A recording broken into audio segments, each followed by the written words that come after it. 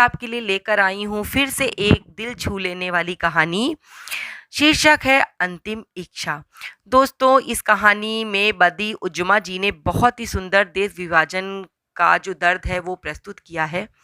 क्या देश का विभाजन हो जाने से मनुष्यों में जो प्रेम की भावना होती है या जो उनके देश के प्रति लगाव होता है उसका विभाजन हो सकता है? नहीं, बिल्कुल भी नहीं।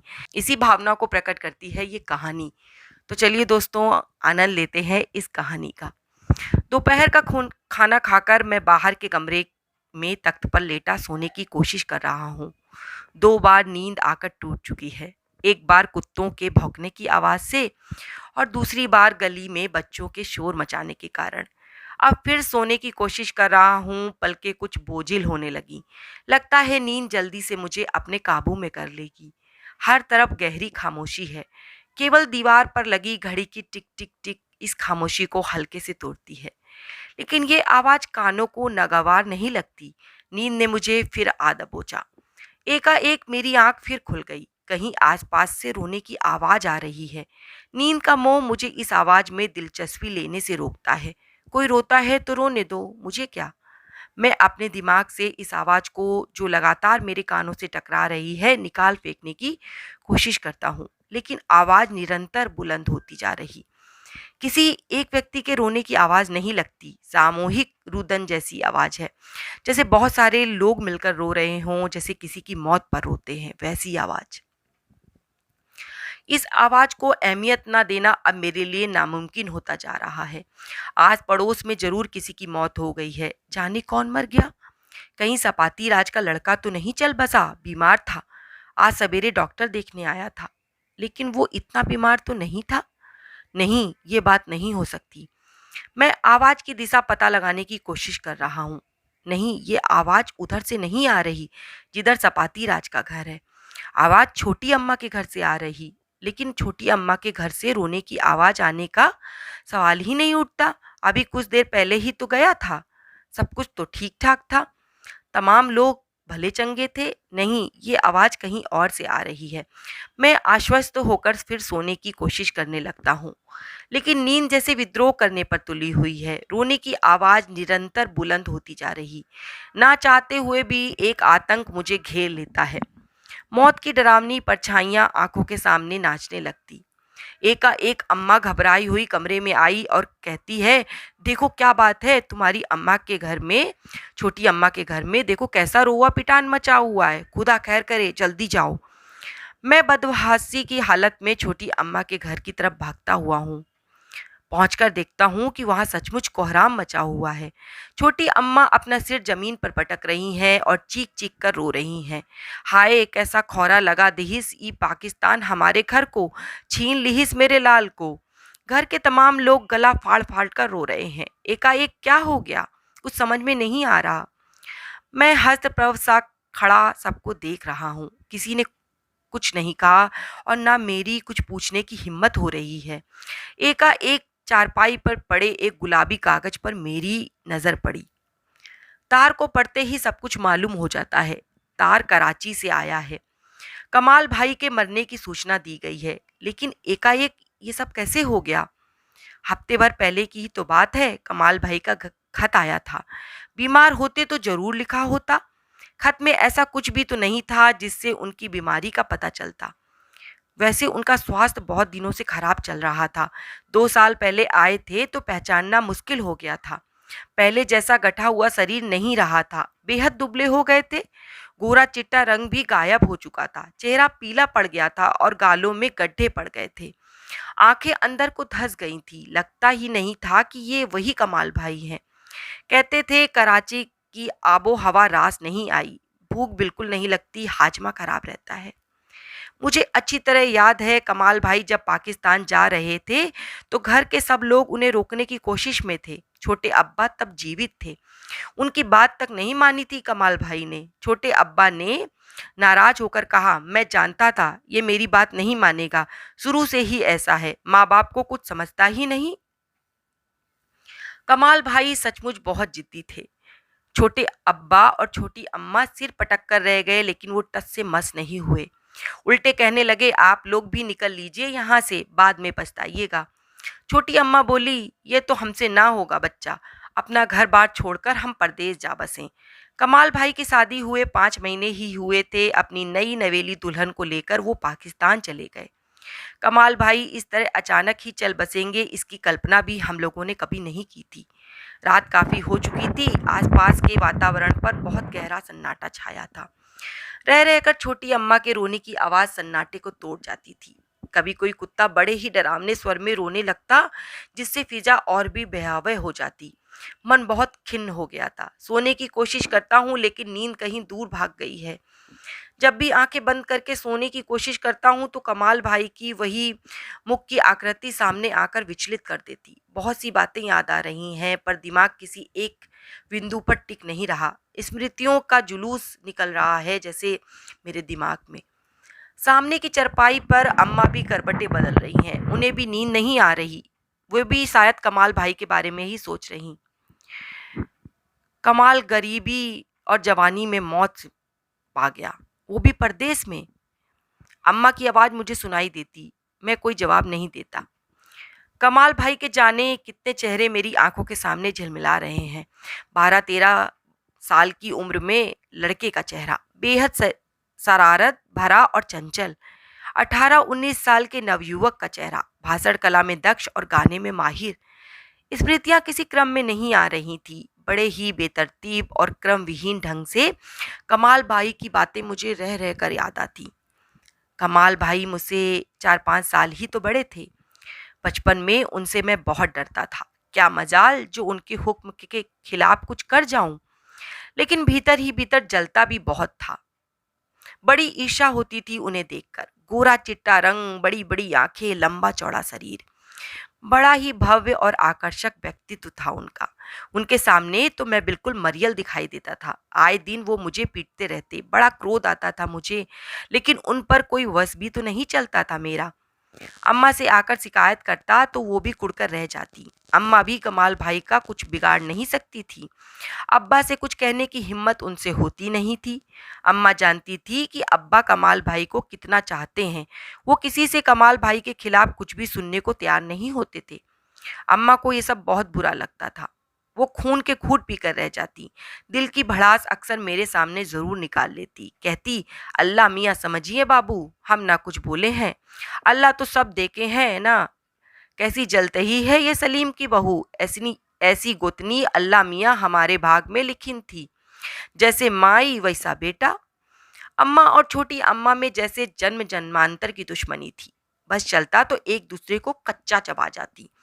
अम्मा अब्बा के डर से बहुत कम बोल पाती थी। अम्मा का गुस्सा भी कुछ ऐसा था कि किसी से कुछ कहने की हिम्मत नहीं होती थी उनसे कि कोई कुछ कह सके। उनके आते ही घर में जैसे सब लोगों को सांप सूंघ जाता था। पर छोटी अम्मा पर छोटे अब्बा का हुक्म नहीं चल पाता। अम्मा कहती थी, जादू कर दी ही ने कमाल के ननिहाल वाले सलीम पर। एक मजाल जो कुछ कह सको बीबी के खिलाफ। अम्मा मन ही मन कमाल भाई से बहुत जलती थी। एक बार जब कमाल भाई स्कूल के इम्तिहान में फेल हो गए और मैं पास हो गया तो अम्मा ने कहा, अल्लाह मियाँ घमंड तोड़ दीहिन, जो सबको गिरावे उनको अल्लाह मियाँ गिरावे। और सच पूछिए तो मैं बहुत ही खुशी हुई थी मुझे भी।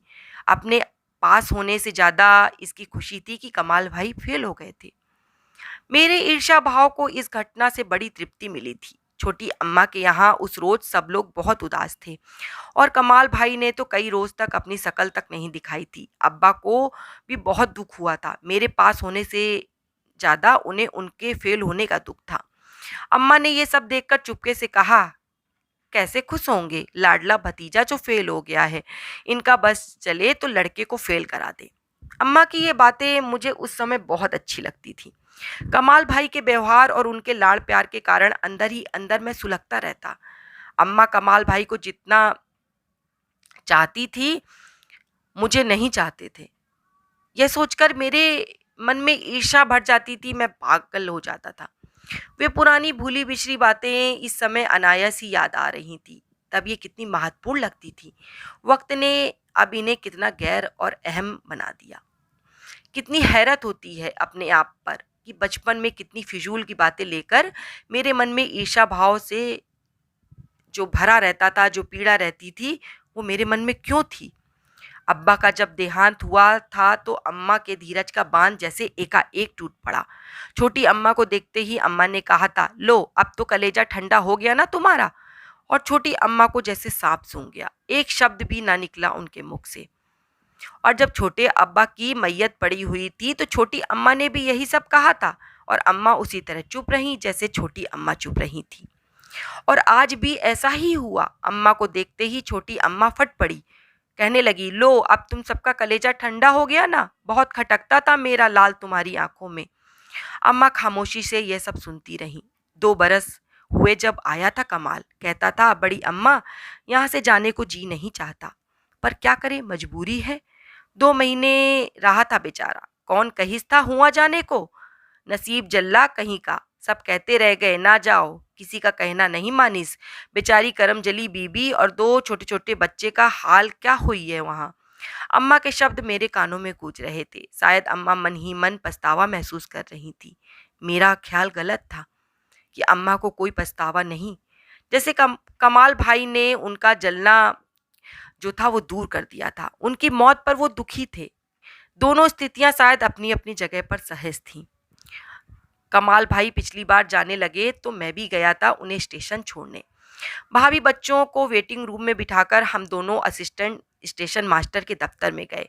कमाल भाई का रेलवे पास में एंट्री करवानी थी। असिस्टेंट स्टेशन मास्टर सिंधी शरणार्थी था। पास देखते ही चौंक गया। आप कराची में रहते हैं क्या? उसने पूछा। जी हाँ, कमाल भाई बोले, हम भी कराची से आया है। हमारा नाम लालवानी है। कराची स्टेशन के बाहर दाईं तरफ टी स्टॉल है ना रफ़ीक की, उसको मेरा सलाम बोलना। कहना लालवानी बहुत याद करता है, हम दोनों हैदराबाद का है। उसे बहुत बहुत सलाम कहना। और कराची स्टेशन पर अब्दुल सत्तार टीसी है ना, उनसे कहना लालवानी मिला था, बहुत याद करता है। बहुत देर तक वो कमाल भाई से कराची की बातें पूछता रहा। बंदर रोड पर रॉयल रेस्टोरेंट था, वो है या नहीं? डीसी ऑफिस में मिस्टर लतीफ़ हेड क्लर्क थे, अभी हैं या रिटायर हो गए? बहुत अच्छा आदमी था, हमारा बड़ा मदद किया था। मिल जाए तो हमारा सलाम बोलना। इसी तरह अनगिनत ऊट पटांग सवाल करता रहा। कमाल भाई उसके सवाल के जवाब में हूँ हूँ करते रहे। फिर चुपके से हम दोनों वहाँ से खिसक गए। चलो जरा स्टेशन के बाहर चाय पी आएं, कमाल भाई बोले। मिट्टी के कुल्हड़ वाली चाय पीते हुए कमाल भाई ने कहा, जानते हो कराची में ऐसी चाय पीने को जी तरस जाता है। ऐसी चाय वहाँ नहीं मिलती। गया में मुझे 2 जगह की चाय सबसे ज़्यादा पसंद थी, स्टेशन पर इस दुकान की, और और शहर से कोतवाली के पास वासुदेव टी स्टॉल की चाय। इस बार वासुदेव टी स्टॉल बंद देखा, लगता है वो कहीं बाहर चला गया है। वासुदेव टी स्टॉल तो बहुत दिनों से बंद पड़ा है। मैंने ये जानने की कभी कोशिश नहीं की कि वो शहर में है या नहीं। फिर कमाल भाई बोले, जानते हो ख्वाजा, पाकिस्तान जाकर मैंने सख्त गलती की। अब्बा का कहा मान लेता तो अच्छा रहता। मेरी हालत अब धोबी के गधे की जैसे हो गई है, न घर का न घाट का। सोचता हूँ मुल्क का बंटवारा ना होता तो अच्छा था। मैं कमाल भाई की बातें खामोशी से सुनता जा रहा था। वो बूढ़ों जैसी बातें कर रहे थे। अब वो सोचने से क्या फ़ायदा, मुल्क का बंटवारा तो हो चुका है। और ये भी एक हकीकत थी कि कमाल भाई पाकिस्तान चले गए थे। सांप जब निकल गया तो लकीर पीटने का क्या फ़ायदा। जब गाड़ी प्लेटफॉर्म पर सरकने लगी तो मैंने देखा कि लालवानी तेजी से भागता हुआ कमाल भाई के डिब्बे की तरफ आ रहा है। प्लेटफॉर्म पर सरकती हुई ट्रेन के साथ लालवानी कुछ दूर तक दौड़ता रहा और चीख चीख कर कहता रहा, मेरा सलाम जरूर बोलना रफ़ीक टी स्टॉल वाले को, अब्दुल सत्तार को और मिस्टर लतीफ़ को। कहना लालवानी बहुत याद करता है तुम सबको। हमारा नाम याद रहेगा ना, लालवानी यानी रेड। ट्रेन प्लेटफॉर्म से आगे निकल चुकी थी। कुछ दूर तक कमाल भाई का हिलता हुआ हाथ दिखाई देता रहा। फिर सारी ट्रेन एक लाल बिंदु में सिमटकर आंखों के सामने से चली गई और कुछ देर के बाद लाल बिंदु भी नजर नहीं आया, अंधकार में विलीन हो गया। मैंने चारों तरफ एक नज़र डाली। प्लेटफॉर्म बिल्कुल वीरान दिखाई दे रहा था। एक तरफ लालवानी खड़ा हाँफ रहा था। मैंने सोचा ये जिंदगी भी अजीब चीज़ है। लालवानी जिसकी रग रग में कराची बसा हुआ है, गया की ज़मीन में खड़ा हाँफ रहा है। और कमाल भाई जो गया की हवाओं के लिए तरसते हैं, कराची में आजीवन रहने पर मजबूर हैं। उस रोज स्टेशन पर कमाल भाई की बातें सुनकर मुझे बड़ा ताज्जुब हुआ। कमाल भाई की विचारधारा तो शुरू से ही मुस्लिम लीगी थी। पाकिस्तान लेकर रहेंगे, कायदे आजम जिंदाबाद के नारे लगाते उन्हें देख चुका था। मोहम्मद अली जिन्ना जब गया आए थे तो बहुत बड़ा जुलूस निकाला गया था। आगे आगे रहने वाले कमाल भाई थे। उन दिनों की बात है जब मुस्लिम लीग का असर तेजी से फैल रहा था और राजनीति के स्तर पर हिंदू और मुसलमान बड़ी हद तक बढ़ चुके थे। पर दैनिक जीवन के स्तर पर सब कुछ पहले की तरह चल रहा था। राजनीति की सतह पर हिंदुओं और मुसलमानों से शिकायतें थी और मुसलमानों को हिंदुओं से, पर रोजमर्रा की जिंदगी में पूरा संपर्क बना हुआ था। सोचता हूँ तो ये सारा झगड़ा मुझे अम्मा और छोटी अम्मा के झगड़े जैसा लगता है। तमाम शिकवे शिकायतें और उतार चढ़ाव के बावजूद अम्मा और छोटी अम्मा के संबंधों में कभी ऐसी दरार नहीं पड़ी कि दोनों एक दूसरे से अलग हो जाएं। हम लोगों के रिश्ते के एक भाई थे जो विचारधारा की दृष्टि से कौम परस्त मुसलमान कहे जा सकते। ये राजनीति में सक्रिय भाग तो नहीं लेते थे, लेकिन राजनीतिक मामलों और सवालों में बड़ी गहरी दिलचस्पी लेते थे। यह मुस्लिम लीग और पाकिस्तान की मांग के कट्टर विरोधी थे। उम्र में मुझसे और कमाल भाई से बड़े थे। कांग्रेस, गांधी जी और मौलाना अब्दुल कलाम आज़ाद के बड़े भक्त थे। कमाल भाई से उनकी अक्सर बड़ी जोरदार बहस हुआ करती थी। इनका नाम तो अहमद इमाम था, लेकिन बहुत से लोग इन्हें गांधी जी कहकर पुकारते थे। औरों की देखा देखी हम भी उन्हें गांधी भाई कहने लगे थे।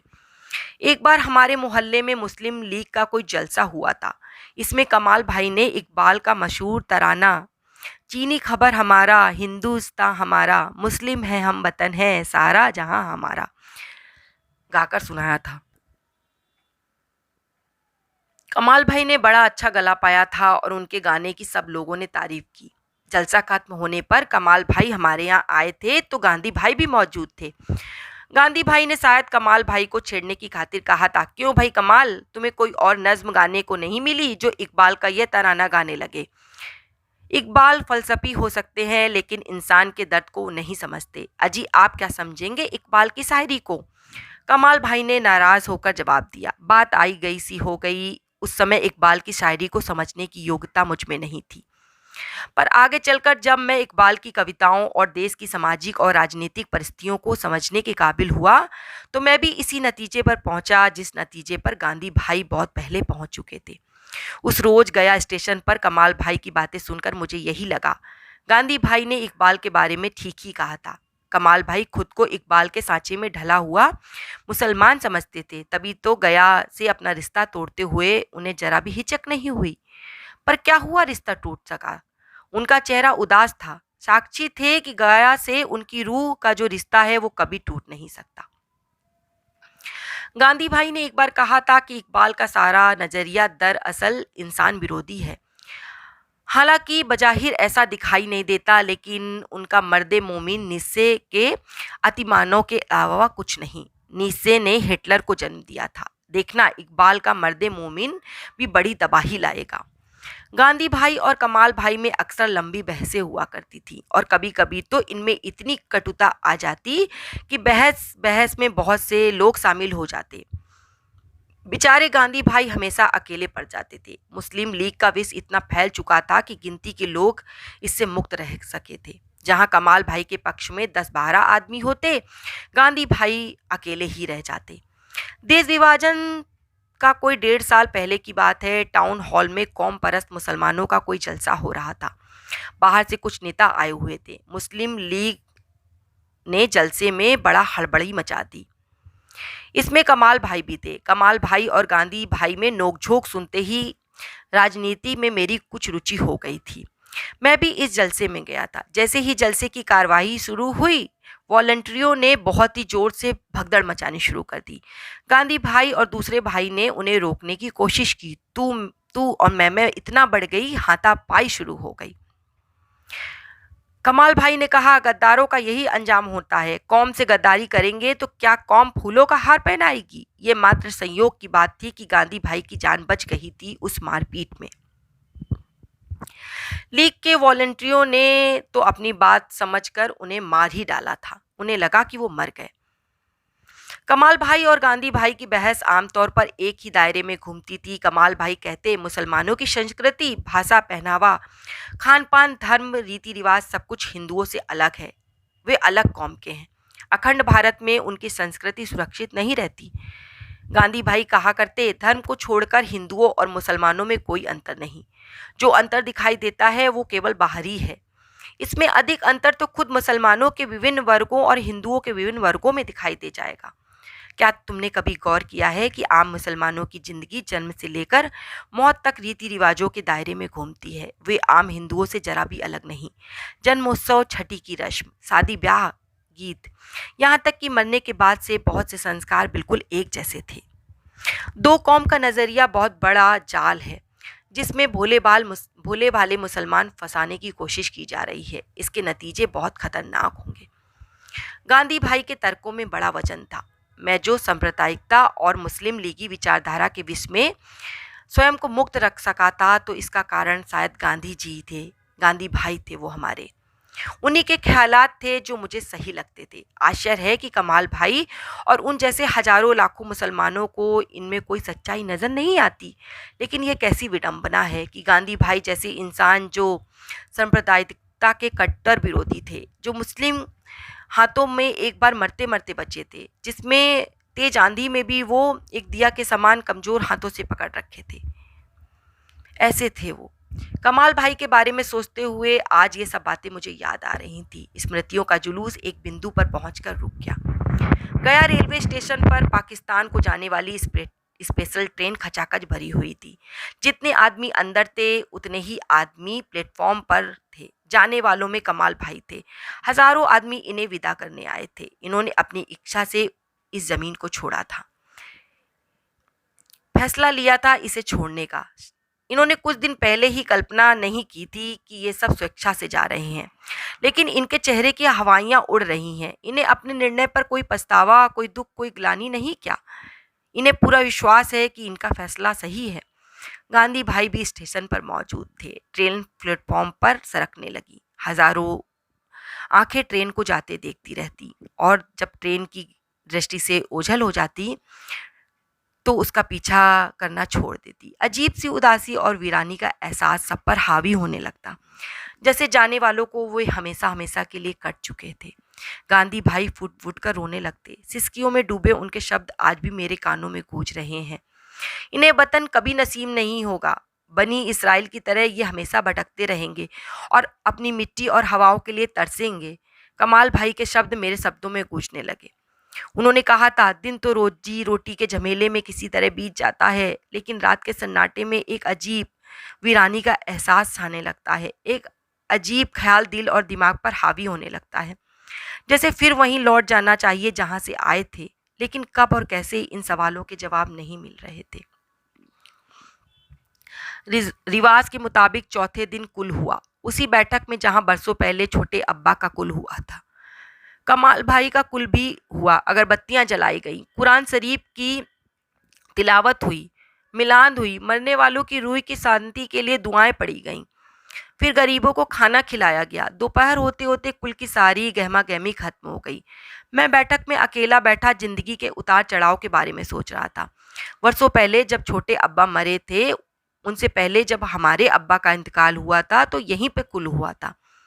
पर इसके अलावा सब कुछ हुआ था कमाल भाई का कुल में। हम लोग जो नहीं कर सकते थे वो था कि हम उनकी जो मज़ार थी वहाँ पर शाम को चादर नहीं चढ़ा सकते थे, क्योंकि वो तो हज़ारों मील दूर थे।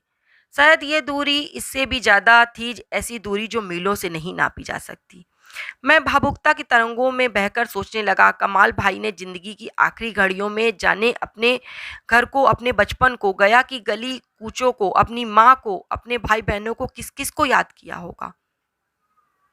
कौन कह सकता है उनके दिमाग में यादों के कितने दिए जले बुझे होंगे। शायद उन्हें इन बातों की याद तक नहीं आई हो। मौत की खौफनाक परछाइयों ने इन स्मृतियों को निगल लिया होगा। एकाएक मुझे जैसे वक्त ने अपने दामन में समेट लिया और मौलवी साहब की कड़कदार आवाज मेरे कानों में टकरा गई। हजरत यूसुफ आखिर में इंसान थे भाई। हजरत यूसुफ साहब ने ऐसा क्यों कहा कि मुझे मेरे पुरखों की जमीन में ले जाकर दफन करना। मौलवी साहब ने कहा कि भाई वो इंसान थे इसलिए ऐसा कहा। मिस्र में उन्होंने बड़ी शान से हुकूमत की, इज्जत, शोहरत, दौलत सब पाई। ऐसी कौन सी चीज़ थी जो उन्हें वहाँ नहीं मिली? लेकिन वतन तो फिर भी वतन होता है दोस्तों, मिट्टी खींचती है भाई, तुम इसे नहीं समझोगे। मौलवी साहब बोलते जा रहे थे। तब कौन जानता था कि ऐसा ज़माना भी आएगा जब कमाल भाई को अपनी संबंधियों से वही कुछ कहना पड़ेगा जो हज़रत यूसुफ ने अपनी इज़राइल में कहा था। पर बनी इज़राइल से तो खुदा ने वायदा किया था कि वे पुरखों की ज़मीन में फिर वापस होंगे। कमाल भाई ने तो खुद से ऐसा वायदा भी नहीं किया था। और तभी मुझे लगता है कि कमाल भाई बहुत लंबे अरसे तक एक बहुत बड़े झूठ के सहारे जीते रहे। लेकिन उनकी ज़िंदगी में ऐसा समय भी आया था जब उन्होंने इस झूठ को पहचानना शुरू कर दिया। अपने जीवन के अंतिम क्षणों में तो उन्होंने इस झूठ के लवादे को बिल्कुल उतार फेंका और उस सच्चाई को पूरी तरह से महसूस कर लिया जिसे गांधी भाई बहुत पहले से जान चुके थे। और तब कमाल भाई का चेहरा कोई एक चेहरा नहीं रहता, वो हजारों लाखों चेहरों में बदलने लगता। चेहरे जो ना हिंदू थे ना मुसलमान, महज इंसान थे। चेहरे जो अपनी जड़ों से कटकर बहुत करुण बन गए थे और जिन्हें निहित स्वार्थों के षड्यंत्रों ने आजीवन नरक में झोंक दिया था। दोस्तों, आपको कैसी लगी ये कहानी? अगर पसंद आई हो तो आगे शेयर कर दीजिएगा और ऐसी ही कहानियों का आनंद लेने के लिए मेरे चैनल को सब्सक्राइब कीजिएगा। धन्यवाद।